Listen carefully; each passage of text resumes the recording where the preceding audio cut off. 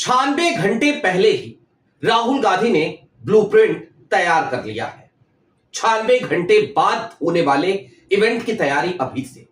और यह इवेंट दरअसल वो इवेंट नहीं है जो जगह जगह कांग्रेस के प्रोटेस्ट चल रहे हैं, बल्कि यह तैयारी तो इसलिए की गई है कि अब से 96 घंटे के बाद देश की सबसे बड़ी पंचायत में किस तरीके से प्रधानमंत्री नरेंद्र मोदी को घुटनों के बल लाया जा सके।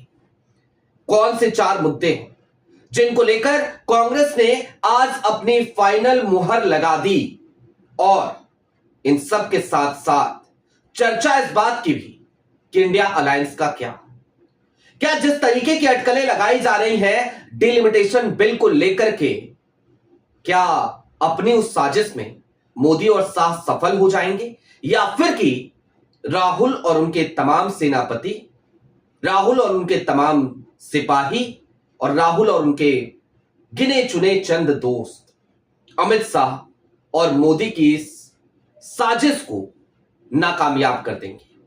सारी बातें जरा विस्तार से। नमस्कार, मैं स्वप्निल और आप मुद्दा देख रहे हैं। दोस्तों, आगे बढ़ें उससे पहले वही छोटी सी अपील। मुद्दा इन दिनों एक गंभीर आर्थिक संकट से जूझ रहा है। ऐसे में हमें आपकी मदद की जरूरत है। हमारे 2.5 साल पुराने चैनल को हमसे लंबे समय तक छीन कर रखा गया। इसके साथ ही साथ हमारे मेन बैंक अकाउंट भी अभी तक फ्रिज ही चल रहे हैं। लिहाजा आपसे गुजारिश है, यदि आप चाहें तो स्क्रीन पर दिख रहे QR कोड के जरिए मुद्दा की छोटी छोटी मदद जरूर कीजिए।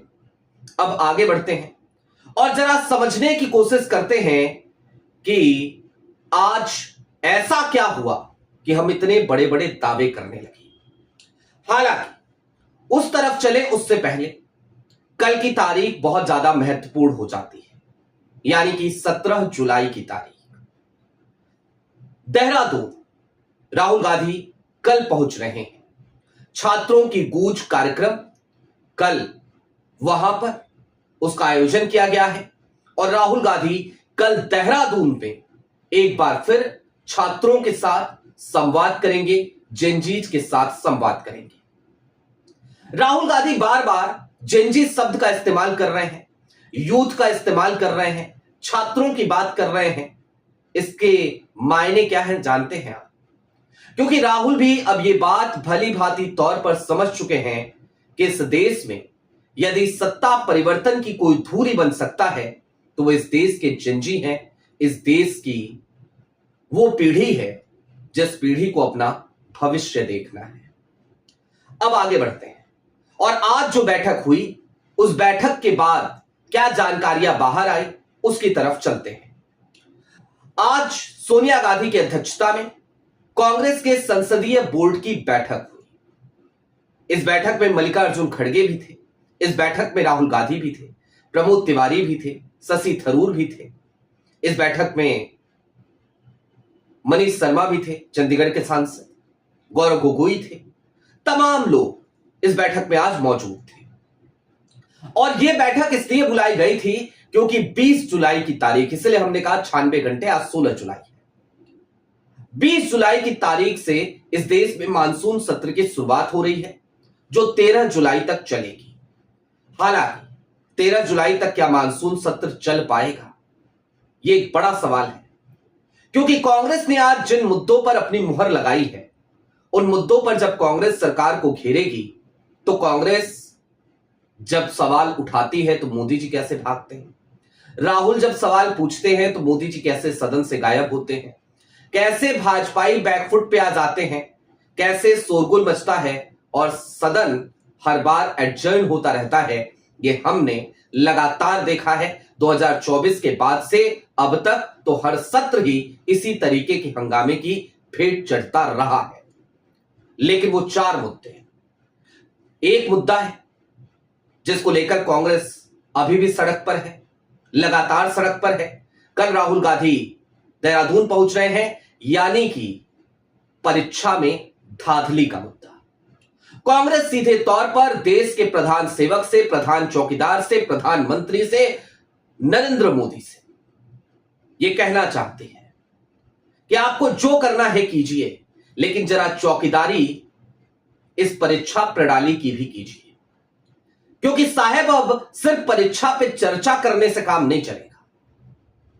इस देश का भविष्य लगातार एक अलग तरीके के संकट से गुजर रहा है। इस देश के छात्र लगातार परेशान हो रहे हैं, उनको इनकी समस्या से निजात दिलाइए, और नहीं दिला पा रहे हैं तो कुर्सी छोड़िए, हट जाइए। कुर्सी ही तो है, आपका जनाजा तो नहीं है। कुछ कर नहीं सकते तो उतर क्यों नहीं जाते? तो जाहिर सी बात है, छात्रों का मुद्दा, नीट पेपर लीक का मुद्दा, तमाम पेपर लीक्स का मुद्दा वो केंद्र में होगा।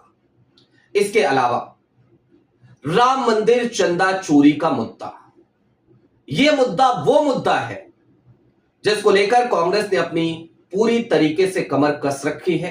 कांग्रेस ने 50 से ज्यादा प्रेस कॉन्फ्रेंस इस मुद्दे को लेकर के भी किए, नीट पेपर लीक को लेकर के भी किए, और चंदा चोरी पर हर दिन नए खुलासे हो रहे हैं।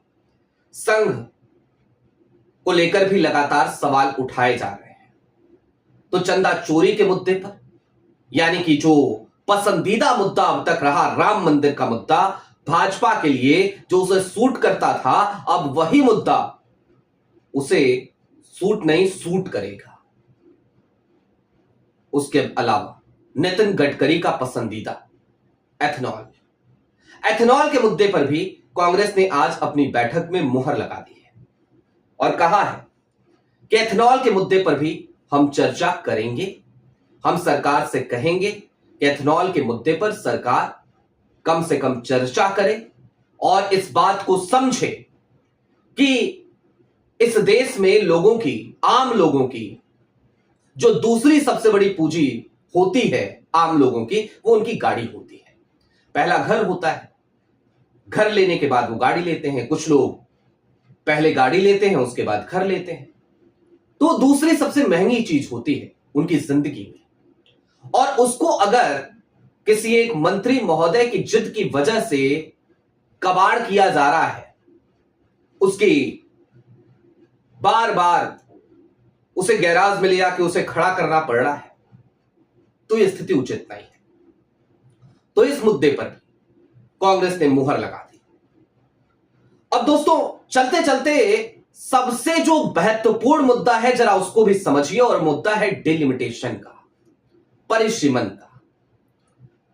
मोदी जी ने बहुत कोशिश करी, अमित शाह ने, जब मैं मोदी जी कहूं तो आप शाह ही समझिएगा, बहुत कोशिश की गई, आंकड़ा 318 तक पहुंच चुका है।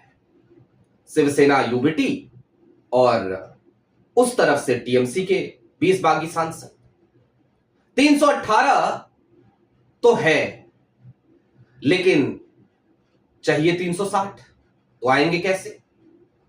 अब उसकी तैयारियों में उधेड़-बुन में लगे पड़े थे, लेकिन ना तो डीएमके साथ आ पाई, और सपा में जो टूट फूट की खबरें आई वो भी फलीभूत नहीं हो सकी। माफ कीजिएगा। तो कुल मिलाकर स्थिति वो आकर के पैदा हो गई है जहां पर कि इस वक्त अमित शाह के पास कुछ भी नहीं है, खाली हाथ शाह साहब खड़े हैं, और टस से मस होने वाला इंडिया अलायंस अब नहीं है, जितना उसको होना था वो हो चुका है। यानी कि डिलिमिटेशन बिल अगर लाने की चेष्टा एक बार फिर करेंगे, और चेष्टा की जगह अगर मैं कू लगा दूं, कुछ चेष्टा शब्द का प्रयोग करूं, तो ये गलत नहीं होगा। अगर फिर की जाती है तो एक बार फिर 2/3 बहुमत के अभाव में आपको ये डिलिमिटेशन बिल, जिसे महिला आरक्षण अधिनियम के कवर में लेकर के आया जाएगा, उसे ढक करके लाया जाएगा, बुर्का पहना के लाया जाएगा। इन्हीं के शब्दों का इस्तेमाल किया जाए, जिससे इनको नफरत है तो ज्यादा बेहतर है, लेकिन ये भी यही कर रहे हैं। तो अगर लाया भी जाएगा तो भी उसमें शाह साहब की, मोदी जी की एक बार फिर फजीहत ही होगी। खैर, अब चलते चलते इस बात को भी समझ लीजिए, कांग्रेस मुस्तैदी के साथ मोदी सरकार से कड़ा मुकाबला करने के लिए तैयार है। 19 जुलाई को सर्वदलीय बैठक भी होनी है, लेकिन कुछ लोग हैं जो अभी भी ऋण विहीन हैं, उनका कुछ पता नहीं कि वो क्या करेंगे। अब वो ऋण विहीन लोग कौन से हैं, उनकी चर्चा लगातार आप अलग अलग सोशल मीडिया चैनलों पे देख रहे हैं। महाराष्ट्र में खूब चर्चाएं चल रही है, लेकिन तमिलनाडु को लेकर के जो चर्चाएं चल रही थी, उन चर्चाओं पे विराम तो उसी दिन लग गया जिस दिन सीजीआई को लिखे पत्र में डीएमके ने भी साथ दे दिया ज्ञानेश कुमार के खिलाफ वोट चोरी को लेकर के जो बातें लिखी गई। यानी कि डीएमके तो नहीं गई, सपा तो नहीं टूटी, टूटा अगर कुछ तो अमित शाह और मोदी जी का सपना। और इसलिए टूटा क्योंकि अगर ये ईमानदार नियत के साथ परिश्रमण लाते तो चिंता नहीं होती। खोट नियत में है। परिश्रमण आयोग तो बाद में बनेगा। परिश्रमण में क्या क्या होगा, किन सीटों को किस तरीके से बांटना है, ये भारतीय जनता पार्टी वो पार्टी है जिसने अभी से इसकी तैयारियां कर रखी हैं।